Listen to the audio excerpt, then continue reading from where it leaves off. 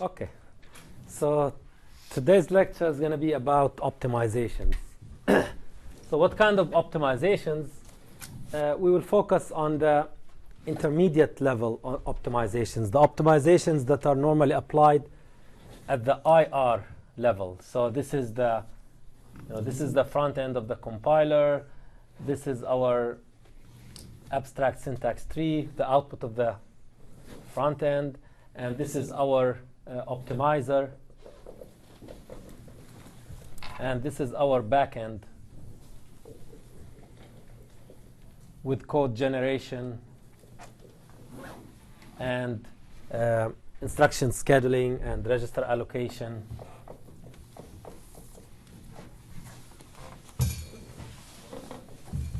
So instruction scheduling and register allocation, which are topics that we covered in depth to a great extent. For a first course in compiler, they were covered in depth.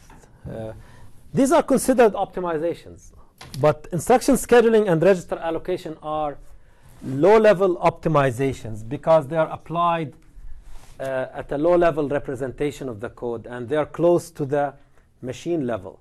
So we refer to these optimizations as low-level optimizations or machine-dependent. Machine-dependent optimizations. Well, this implies that the optimizations that are applied here in the middle at an intermediate level representation of the code, and that intermediate level representation of the code could be a tree.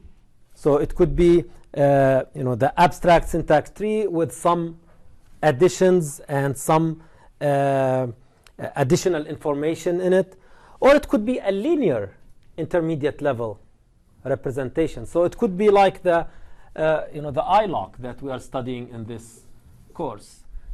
Because the ILOC is abstract assembly. It's not actual assembly for an actual machine. So generally there are multiple levels of representation that compilers use. And in the middle, there are optimizations that are applied to an intermediate level or intermediate representation of the code. And these optimizations should be, in theory, machine independent. So in theory, these optimizations should be machine independent, so they shouldn't depend on the target machine. Even though, as we will see when we go through examples of these optimizations, we will see that usually you cannot avoid machine dependence. Usually what you can do is dependent on the target machine. But they are not dependent on the machine in the sense that the nature of the optimization has to do with the code itself, as opposed to something that has to do with the target processor. Like instruction scheduling is obviously dependent on the target processor. We need to know some information about latencies and about functional units and about hardware resources. Register allocation, we need to know how many physical registers there are on the target machine. So instruction scheduling and register allocation are by nature machine dependent. While these optimizations here that we are about to study today are by nature machine independent, but as we will see, they are usually parameterized with certain information that is machine dependent. So let's give some examples of these optimizations.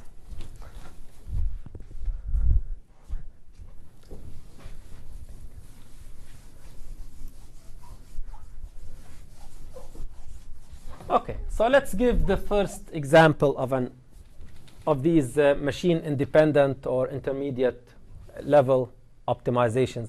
If you have something like this, x equals a plus b plus c, and y equals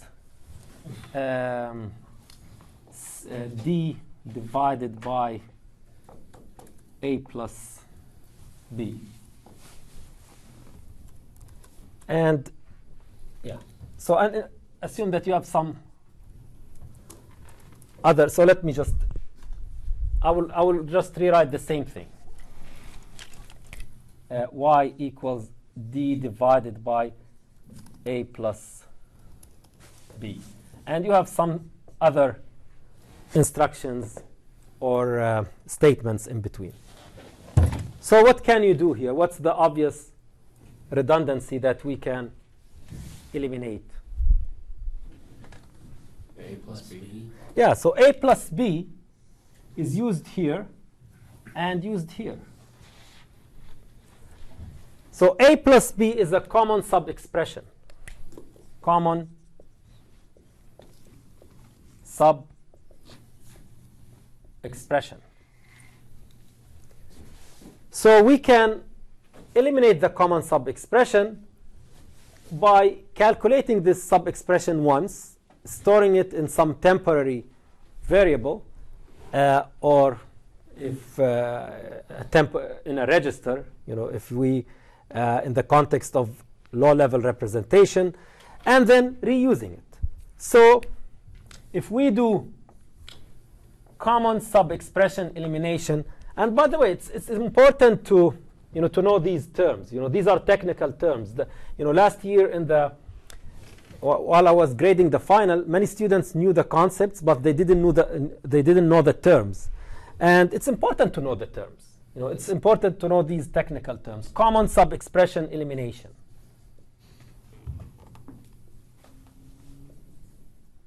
Sub-expression elimination. The acronym is common sub-expression elimination. So in this case, we will calculate A plus B and put this in a temporary. By the way, our presentation of optimizations is conceptual. It's not algorithmic. So unlike our study of instruction scheduling and register allocation, which was algorithmic, we looked at actual algorithms for implementing instruction scheduling and register allocation. We will not be looking at the algorithms that implement these optimizations. We will only go through a number of optimizations conceptually. So all what we need to understand here is the concept behind each optimization.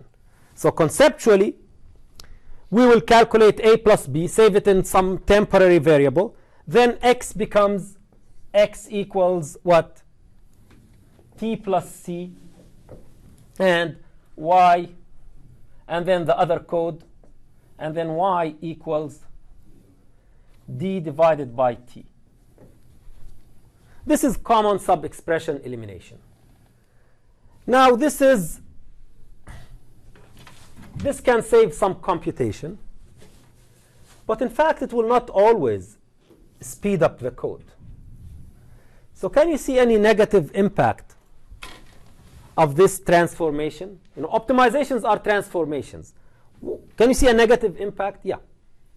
Well, if you're trying to keep T in a register, you increase register pressure. Yeah, exactly. So the obvious drawback here is increasing register pressure, because now we are storing this value into T. So this is a definition of T. We are defining T. Define T. And this is a use of T. We are using T here, and we are using T here. So we are introducing a long live range. Remember, the live range is a definition and all the uses that use that definition. And this live range will be longer when there are more instructions between this use and this use. So if we have a whole bunch of instructions here or a whole bunch of statements, this will make the live range longer. And a longer live range means that there will be more conflicts between live ranges, higher register pressure, and potentially more spills. Now, will it actually cause more spills or not? That will depend on what? how many registers the machine has. Yeah, exactly. So there is here a hidden dependence on the target machine. So even though the nature of the optimization is machine independent, the concept is not machine dependent. The concept is I have this redundancy, I'm trying to eliminate this redundancy. I'm trying to compute this thing once and use it multiple times instead of computing it multiple times. So the concept is machine independent, but there is some dependency on the machine because how aggressive the compiler can be with common sub-expression elimination will depend on how many registers the target machine has. If the target machine has more physical registers, the common sub-expression elimination pass in the compiler can be more aggressive and can do more common sub-expression elimination. So in order for the compiler to do common sub-expression elimination properly and avoid increasing the register pressure well beyond the physical limits, the common sub-expression elimination pass needs to get an idea about the number of physical registers. So it needs to have a parameter which is at least a hint about the number of physical registers that are available to make sure that register pressure does not exceed that limit, if possible. Okay? Yeah. One thing that comes to mind is that if you have several uses of T throughout that block of code, okay, in that case, you would actually reduce the register pressure by 1 because you're no longer directly needing A and B. Perhaps. Okay. Yeah, well, so you are not needing A and B? Not directly, because if you're just using T throughout the code, then because if you need to do A and B later on in the code, it may have to spill A or B or both. Right, yeah. So A and B are two other variables that are kept in registers, and by doing this, we need the values of A and B here. By the way, this whole transformation will be valid under the assumption that the values of A and B will not change between these two, right? Yeah. So this whole thing is valid assuming that the values of A and B are not going to change between this statement and this statement. Right. Okay. Okay. So any questions on the concept of common sub-expression elimination? Okay. So in fact, when the compiler starts doing common sub-expression elimination, the abstract syntax tree will no longer be a tree. So if you have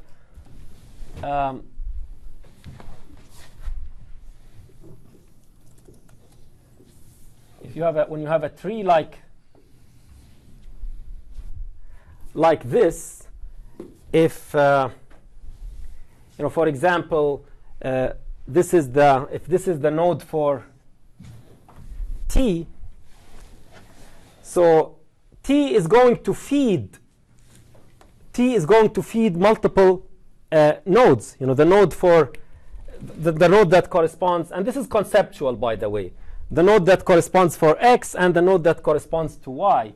So both of these will be fed by this. So remember that if T feeds X and Y, then in the tree, X and Y are parents of T. They are at a higher level. So the nodes that are closer to the leaves are computed first. So in this case, T is closer to the leaves, and X and Y are closer to the root, right?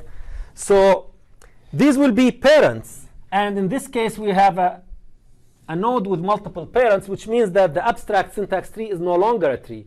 It becomes a general graph.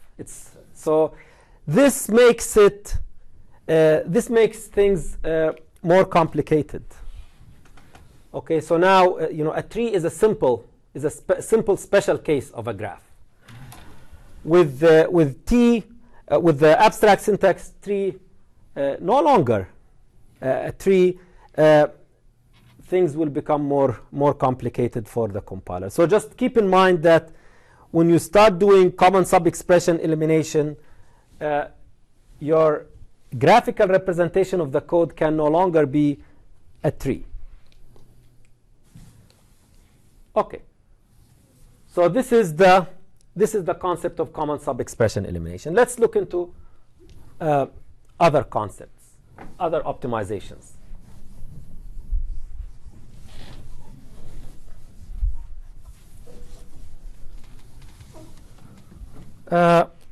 What if we have something like this? Some loop, and inside the loop, a of I equals a of I plus 9, and then x equals 5 and y equals x plus something else, z.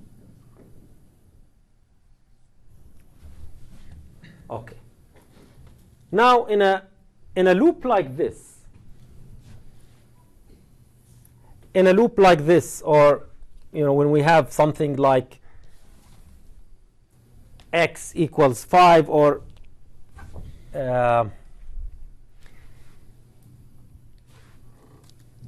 x equals 5. No, let's not. Yeah. So let's just do x equals 5.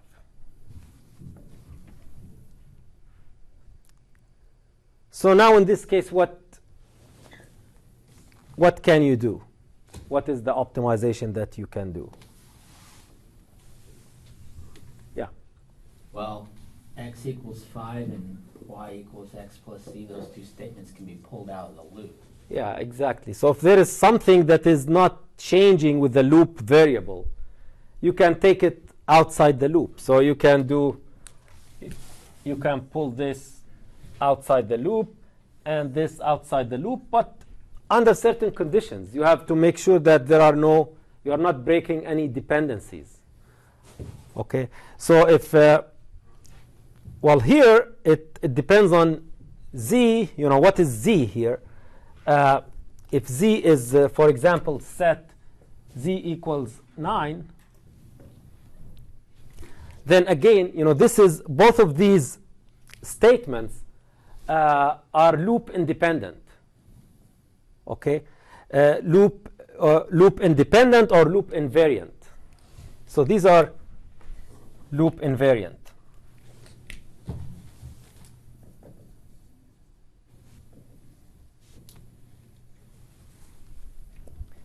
And another optimization is loop invariant code motion. So this optimization is loop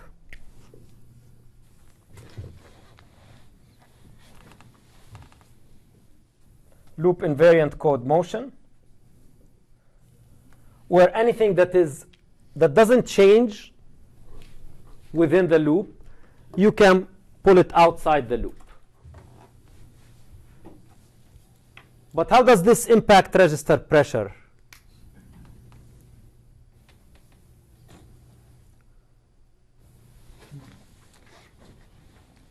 Does it increase or decrease? Might actually decrease register pressure. Decrease it? So if you have something like this, and then inside the loop you have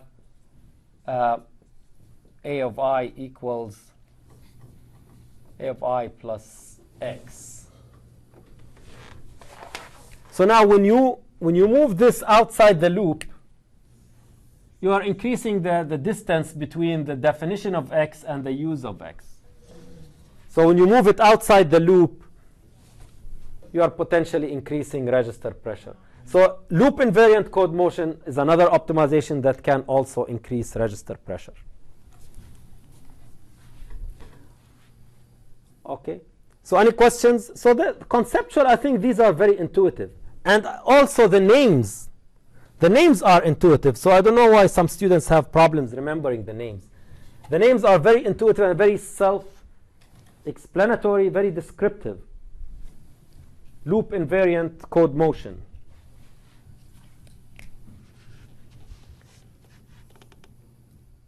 Okay, questions? Okay, so let's look at another optimization. What if you have something like x equals 5, and then you have some code, and then you have y equals x plus a, and then you have z equals b plus c plus x. And let's have another example. And let's say d equals x plus 3 plus 2. So what can we do here?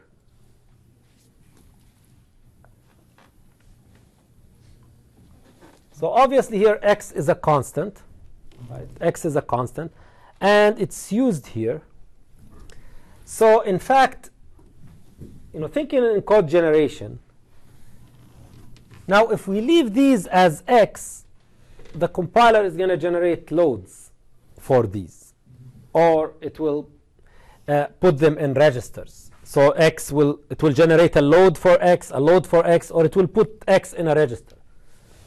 But if we replace the x with a 5, what code will get generated? Load immediate. Load immediate. And load immediate is just about the fastest instruction that you can have. It's just loading a constant into a register. So that's a very fast instruction. So the corresponding instruction is going to be load immediate. So if we do what we call a constant propagation, and again, the name is I think is easy to remember because it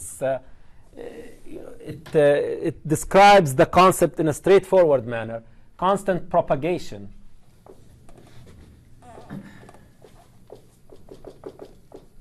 With constant propagation, you will have y equals 5 plus a, z equals b plus c plus 5, and d equals 5 plus 3 plus 2.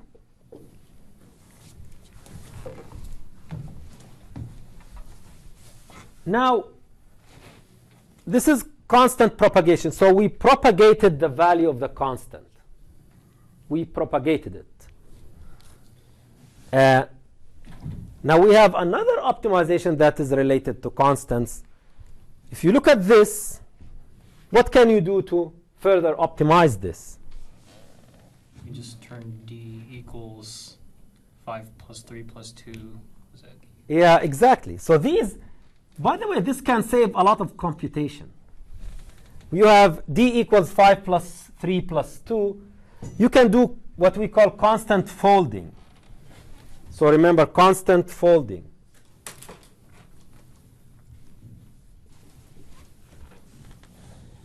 And then d equals 10.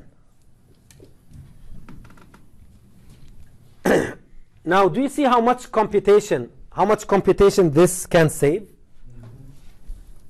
So this 5 plus 3 plus 2, if you leave it like this, you will have an abstract syntax tree with 2 and let's assume left associativity. So 5, 3 will get added, and then the result will get added to 2. Now, if you look at this abstract syntax tree, there is a load immediate, then add, then load immediate, then add. So all of these operations are going to happen in order just to implement this, while we can just do the computation at compile time and just compute it, and this is 10. Now, here I would like to emphasize the difference between compile time and runtime. Compile time is when you are compiling your program.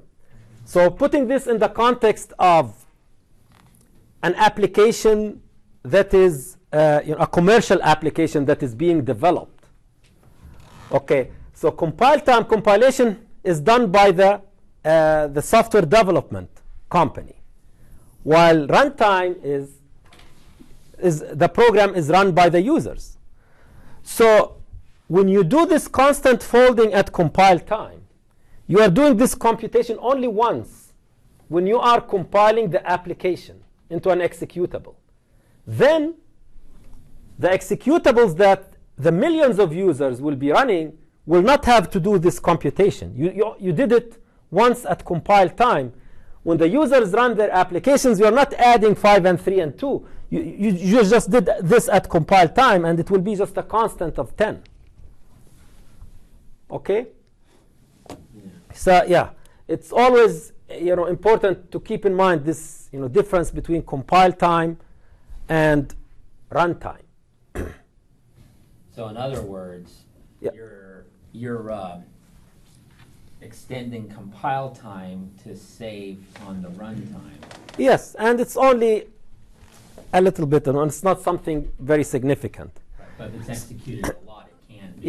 Yeah. So if this appears in the source code of Microsoft Word, which is a program that millions of people use, then this computation is done only once at Microsoft, instead of being done millions and millions of times by all the users who are running the program. Okay? So, and let's make sure that we understand the difference between constant propagation and constant folding. So propagation is you have a constant, so you propagate this constant by substituting the constant value for the variable.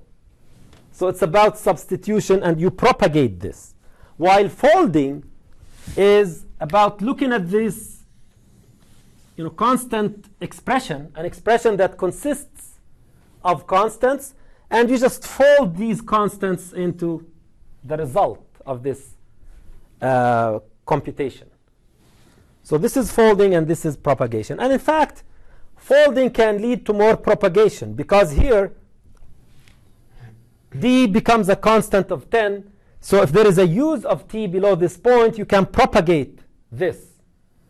So folding can lead to propagation, and propagation can lead to folding, because here it's the propagation that enabled the folding. So in compiler optimizations, it's typical for one optimization to enable another optimization. So here here we only had constant folding of 3 and 2. So originally we could only fold 3 and 2 into a 5. But with constant propagation, when we did constant propagation, we were able to do more folding. We were able to fold 5, 3, and 2 into a constant. So usually compiler optimizations enable each other. One optimization enables other optimizations. And you can do this forever, but you can do constant propagation followed by constant folding, folding by propagation. But of course, in a real compiler, you have to set a limit. Maybe you can do it twice, or but not an infinite number of times. Okay. All right. So these are two common optimizations.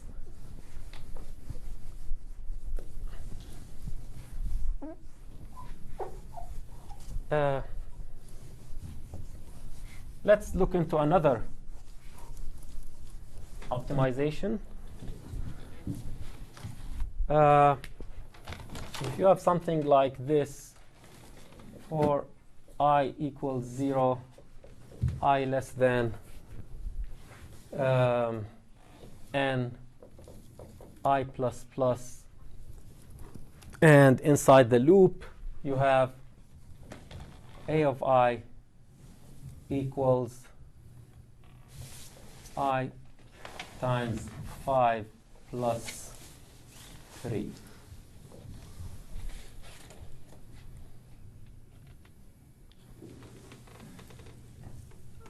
Okay. So what can you do?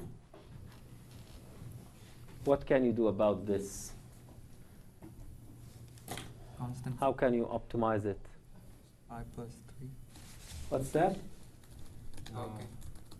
I don't think so. Constant folding, just do 5 plus. Oh, no, never mind. I'm sorry, say that? No, never mind. Okay. Well, what Mul- about, Can we get rid of the multiplication? This is that's the, what, that's Yeah. what I was looking at, because Yeah. even though it's an odd, you can do a shift and then add 1, but then you shift twice to multiply by 4. Okay, so what you are suggesting can be done efficiently if what we are multiplying by is A power of 2. a power of 2, exactly. So when you multiply or divide by a power of 2, that's another optimization. You can replace this with a shift. Whenever you multiply or divide by a power of 2, 2, 4, 8, 16, etc. When you multiply or divide by these, you can replace this with a shift. So that's another optimization. But this is a 5. Yeah, so what you do is you shift twice. So it's I shift to the left twice and then add another I to it and then add 3. Okay, so in general, this is not going to be, this is unlikely to make it faster. So it will be fast if you have a power of 2. The point here is to get rid of the multiplication. The multiplication is an expensive operation. Can we replace it with a cheaper optimization somehow here? Well, not the shift. Okay. Well, you can add I 5 times. Well, yeah, we can, because this is a loop, so we are adding. Each time we are adding 5, right? So you can replace this with,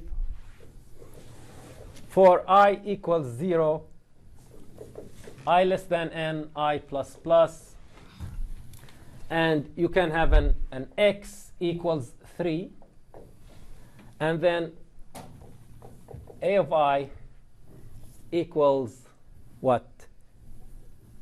X. Then what do I need to do to make it work? X plus equals I. Plus equals I or plus equals 5? Yeah, 5. Yeah, x plus equals 5. Oh yeah, there you go. Okay. So because in fact what we are doing here, it's I times 5. So every time we are adding a 5 to the number that we are storing in A of I. So it starts with a 3. So in iteration number 0, we are adding 3. In iteration number 1, we are adding 3 plus 5. In iteration number 2, we are adding 3 plus 10. So iteration 0, we are adding 3. Iteration 1, we are adding 5. Iteration 2, we are adding 10. Iteration 3, we are adding 15. Or, sorry, we are assigning 15 to A of I. Okay, so this optimization, any questions on this? Does it look correct? Your iteration there isn't it? Wouldn't it be 8? What wouldn't it be 8, 13, 18? Yeah. Oh, yeah, plus 3. Yeah. Yeah, Yeah, but we are adding the 3 here. right. Yeah, so the 3 is already the base. And then each time we are adding 5. Okay, so does this look correct? Okay, so what's the name? What do you think the name of this optimization is? Variable transformation. No. No, we did not well, it's called strength reduction. Why strength reduction? Why is it called strength reduction?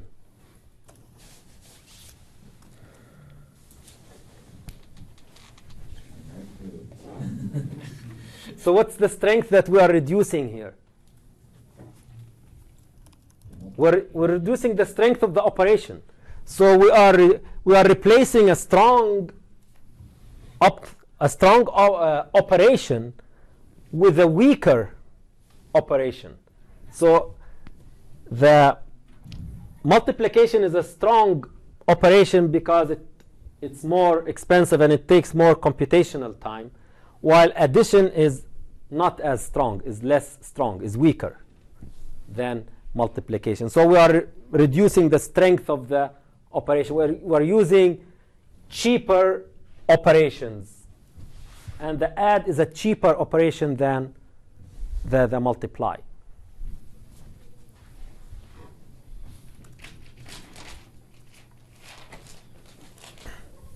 Okay. Any questions on this? Yeah. So make sure that you remember the terms, the names.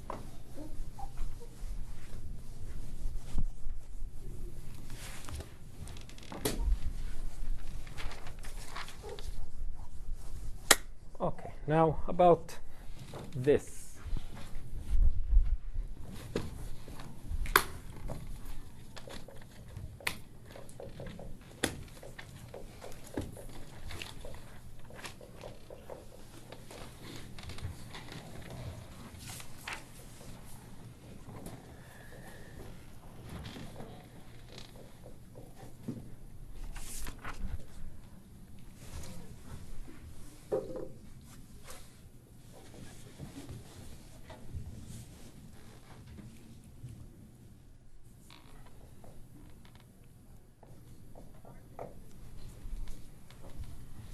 Okay, so when you have something like this, what's wrong with this?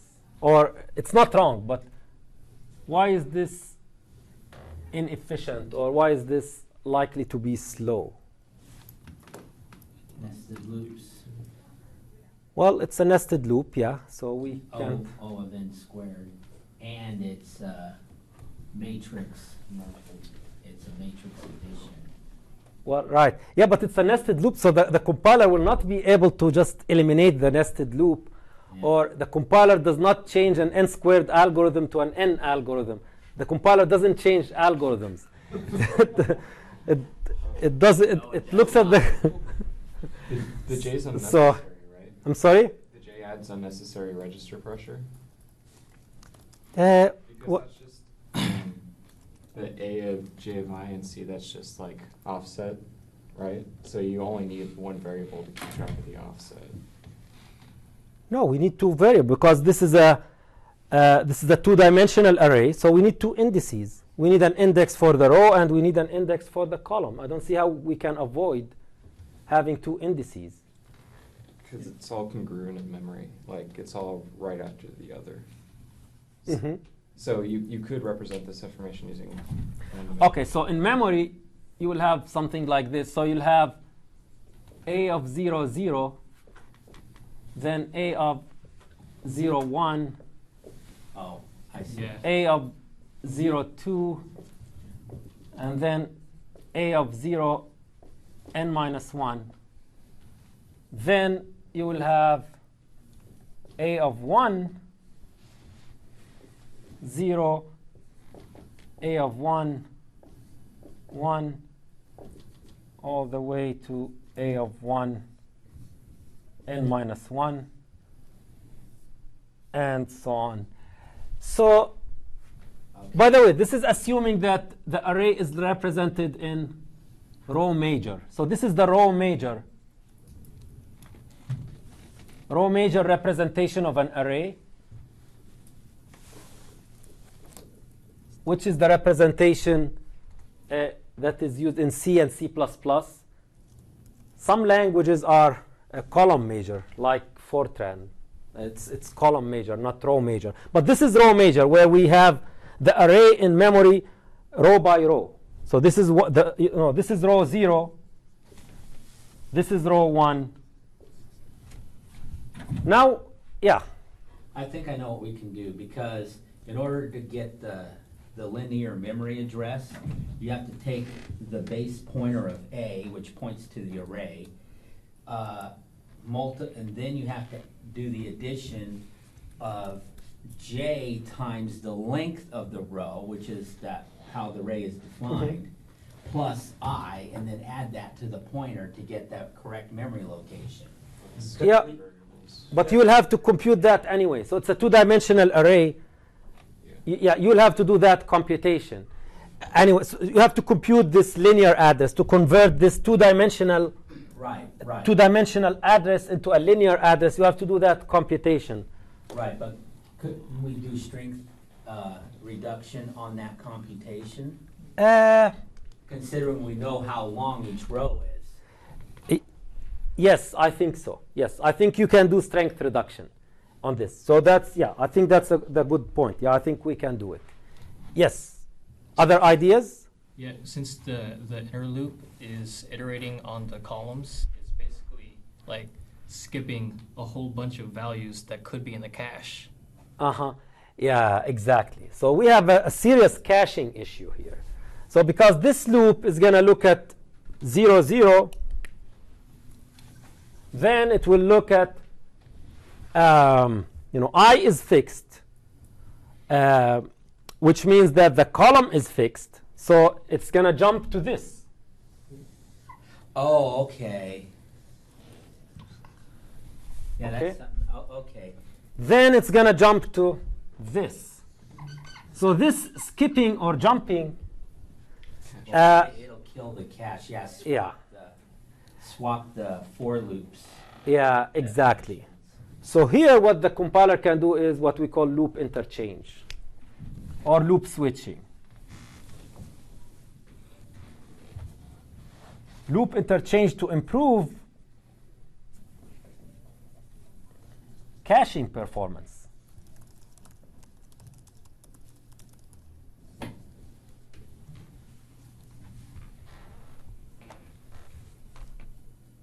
Okay, so the compiler can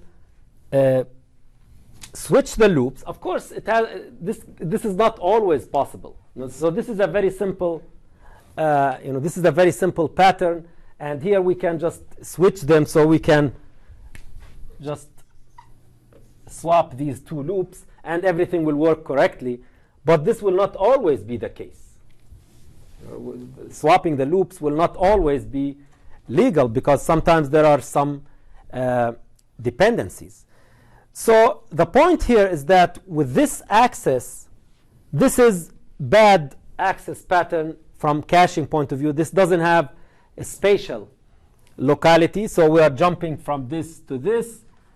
So assuming that this, this is in one cache line, or maybe this has multiple cache lines in it. Here we are jumping to a different cache line, so we'll have to bring something from main memory into the cache. While if we access it sequentially, this is going to hit in the cache. All of these, you will have hits in the cache for the size of the cache line. So if your cache line has 16 array elements in it, if the cache line has 64 bytes, 16 array elements in it, then 15 of them will hit in the cache. And then when you get to number the 17th access, you will have to bring another cache line and so on. But here you are basically bringing a new cache line from main memory for every access. Okay, so compilers do things like this in order to improve caching performance, and usually these make a very significant impact on performance because the difference between memory access and L1 cache access is 2 orders of magnitude. One other thing I want to point out, though, is that if you have a big enough L1 cache and you're only executing this particular piece of code, once you, after the first iteration, after the full first loop termination, if it's a small, Yeah, so if the entire array if the entire array fits in the cache, then eventually it will get loaded into the cache. And assuming that it fits in the cache, Yeah. we will no longer have cache misses. Yeah, that's true. But it's, for a big array, yeah. yeah, it may not fit in the cache. Okay. Any questions?